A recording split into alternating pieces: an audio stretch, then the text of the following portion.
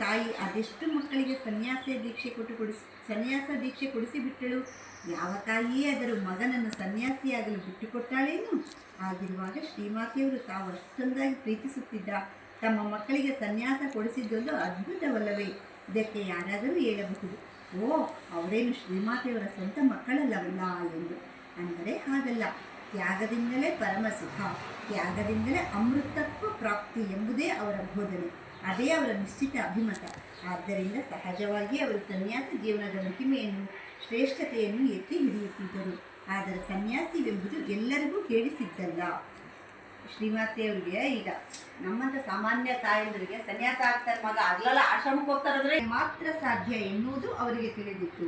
ನೋಡಿ, ಎಲ್ಲರೂ ಬಿಟ್ಟು ಬಂದವರಿಗೆ ಸನ್ಯಾಸ ಸಿಗೋದು ಅಷ್ಟು ಸುಲಭ ಅಲ್ಲ. ಯಾರಿಗೋ 100ಕ್ಕೆ 1-2 ಆಗ್ತಾರ, ಅದು ಗೊತ್ತಿಲ್ಲ ಸನ್ಯಾಸ ಆಗೋರು. ಆದ್ದರಿಂದ ಅವರು ಯಾರೆಂದರೆ ಅವರಿಗೆ ಸನ್ಯಾಸ ಕೊಡಿಸುತ್ತಿರಲಿಲ್ಲ. ಯಾರಿಗಾದರೂ ಸನ್ಯಾಸ ಬ್ರಹ್ಮಚರ್ಯ ದೀಕ್ಷೆ ಕೊಡಿಸಬೇಕಾದರೆ ಸಾಕಷ್ಟು ವಿಮರ್ಶೆ ಮಾಡುತ್ತಿದ್ದರು. ಸಾಧಕ ಬಾಧಕಗಳನ್ನು ನೋಡುತ್ತಿದ್ದರು. ಈ ಬ್ರಹ್ಮಚರ್ಯದ ಕುರಿತೇ ಆಗಲಿ, ಸನ್ಯಾಸದ ಕುರಿತೇ ಆಗಲಿ ಅವರ ಬುದ್ಧಿವಾದ ವ್ಯಕ್ತಿಗೂ ಬೇರೆಯಾಗುತ್ತಿತ್ತು. ಸಂದರ್ಭವನ್ನು ನೋಡಿಕೊಂಡು ಹೇಳುತ್ತಿದ್ದರು. ಅವರು ಸಂಸಾರ ಜೀವನವನ್ನು ಖಂಡಿಸದಿದ್ದರೂ ಸಂಸಾರ ಬ್ರಹ್ಮಚರ್ಯಗಳ ಘನತೆಯನ್ನು ಕೊಂಡಾಡುತ್ತಿದ್ದರು.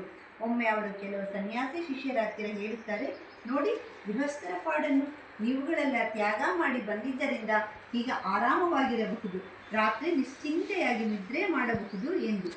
ಎಷ್ಟೋ ಜನ ಬ್ರಹ್ಮಚಾರಿಗಳು ಸನ್ಯಾಸಿಗಳು ಬಂದರಿಗೂ ಎಲ್ಲರಿಗೂ ಕೊಡಕ್ಕೆ ಹೋಗ್ತಿರ್ಲಿಲ್ಲ. ಅವ್ರ ದೀಕ್ಷೆಗುಳ್ಳ ಕೊಡಿಸ್ತಾನೂ ಇರಲಿಲ್ಲ.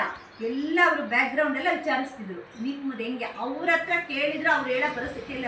ಬೇರೆ ಅವನಿಗೆ ನೋಡ್ಕೊಳ್ಳೋದಿಕ್ಕೆ ಬೇರೆ ಇನ್ನೂ ಯಾರೋ ಜವಾಬ್ದಾರಿ ಇರುತ್ತೆ, ಹೆಂಡತಿ ಮಕ್ಕಳು ಅದೆಲ್ಲ ಬಿಟ್ಕೊಂಡು ನಾನು ಆರಾಮಾಗಿ ಸನ್ಯಾಸ ತಗೊಂತೀನಿ, ಆಶ್ರಮದಲ್ಲಿ ಇರ್ತೀನಿ ಅಂದರೆ ಆ ಜವಾಬ್ದಾರಿ ನೋಡೋದು.